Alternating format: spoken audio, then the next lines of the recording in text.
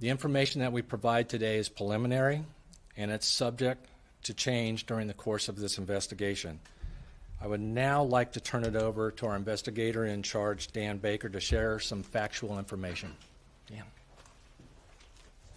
Thank you, Member Graham. The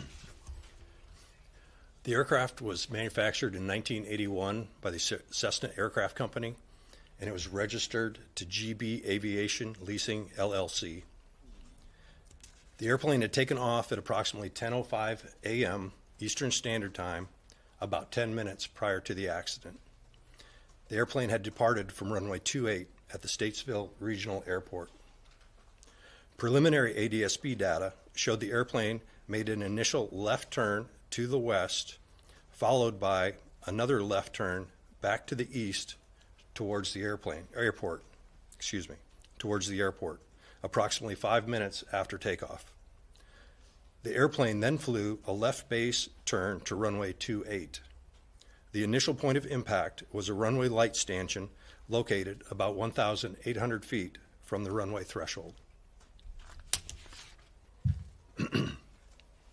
The airplane subsequently impacted trees, 2 other runway light stanchions, and the airport perimeter fence short of the runway threshold before coming to rest near the runway threshold. The airplane also came to rest oriented on an easterly heading. Post-impact fire consumed the majority of the fuselage and the inboard wing sections. All 4 corners of the airplane and flight control surfaces have been identified in the wreckage and the debris field. Both engines were present with the main wreckage. At the time of the accident, visual meteorological conditions prevailed with drizzle and broken ceilings at 1,200 and 2,200 feet, as well as a 5,000-foot ceiling were present. The wind was calm with 5 statute miles visibility. I will now hand it over to Member Graham for any questions. A few more things before I take questions. We are analyzing radar, ADSB data, video footage, witness statements, audio recordings, and more as part of our investigation.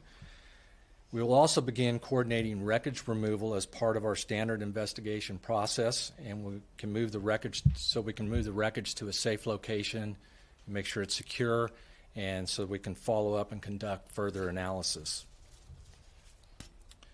I can also confirm that our team was able to locate and recover the cockpit voice recorder, the CVR, one of the black boxes from the aircraft.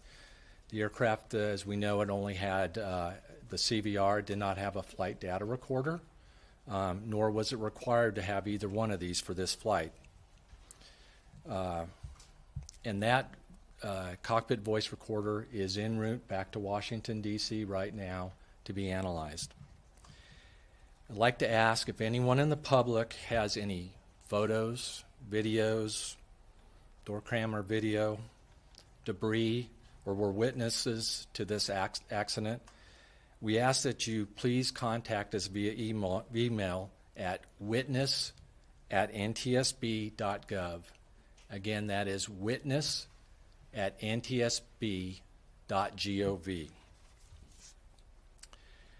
We will provide further updates as they become available.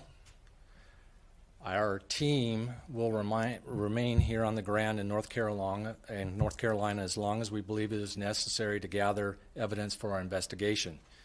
You can follow the NTSB on X at NTSB_newsroom or on our website at ntsb.gov for the latest information.